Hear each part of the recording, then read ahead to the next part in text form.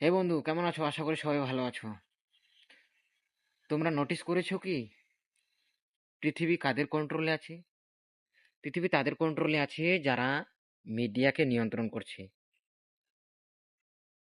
ভাবছো কি কি বলতে চাচ্ছি আমি? আমি বলতে চাচ্ছি যে সবাইকে তোমাদেরকে রাজনীতি করা উচিত। রাজনীতি বলতে মেম্বারি ভোট না। আমি বলতে চাচ্ছি যে তুমি 10 জন মানুষের সামনে কথা বলার অভ্যাস গড়ে তোলো। 10 জন মানুষের সামনে যখন তুমি কথা বলার অভ্যাস গড়ে তুলবে, তোমার ভিতর থেকে তখন একটা আবেগ কাজ করবে যে আমি আরো বেশি করে জ্ঞান অর্জন করি। আর যখন তুমি জ্ঞান অর্জন করতে পারবে, তখন মানুষ তোমার সঙ্গে কথা বলতে ভয় পাবে।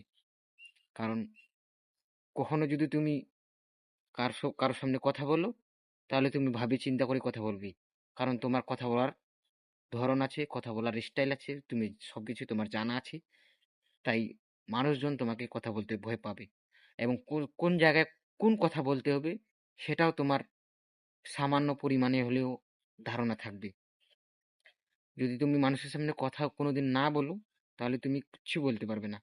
তোমার ধর্ম, তোমার জাতি, তোমার দেশ, তোমার গ্রাম, তোমার ফ্যামিলি, কেউ যদি কোনো ক্ষতি করে, তো কোনোদিন তুমি মুখ তুলে আওয়াজ উঠাতে পারবে না।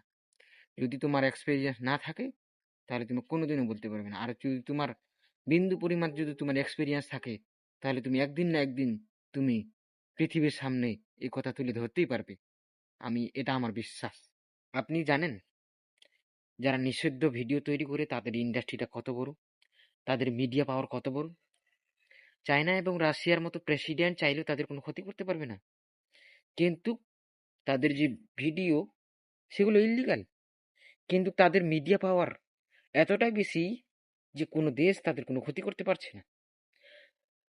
সেই মিডিয়া পাওয়ার তাদের কত বড় জানেন? হলিউড, ডলিউড এর সামনে কিছুই না। কত বড় ইন্ডাস্ট্রি বলবো? সেটা হলো $100 বিলিয়ন ইন্ডাস্ট্রি। চাইলেও কোনো দেশের প্রেসিডেন্ট চাইলেও ক্ষতি করতে পারবে না, কিন্তু ভিডিওগুলো তাদের নিষিদ্ধ। তাহলে ভাবুন মিডিয়ার কত পাওয়ার। তাহলে আমরা যদি একটা মিডিয়া গড়ে তুলতে পারি, তাহলে কিন্তু মানুষজন যেভাবে আমাদের উপরে অত্যাচার করছে, কেউ আর আঙ্গুল তুলে কিছুটা হলেও তারা ভয় পাবে। বুঝতে পারছেন? কিন্তু এখন আমরা আমরা অত্যাচারিত, নিপীড়িত। এখন আমাদেরকে যা খুশি তাই করছে, কারণ মিডিয়া তাদের কন্ট্রোলে চলে গেছে।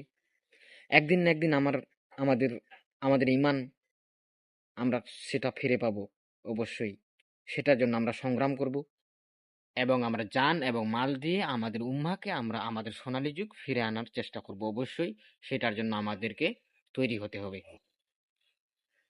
থ্যাংক ইউ, ধন্যবাদ। আসসালামু আলাইকুম।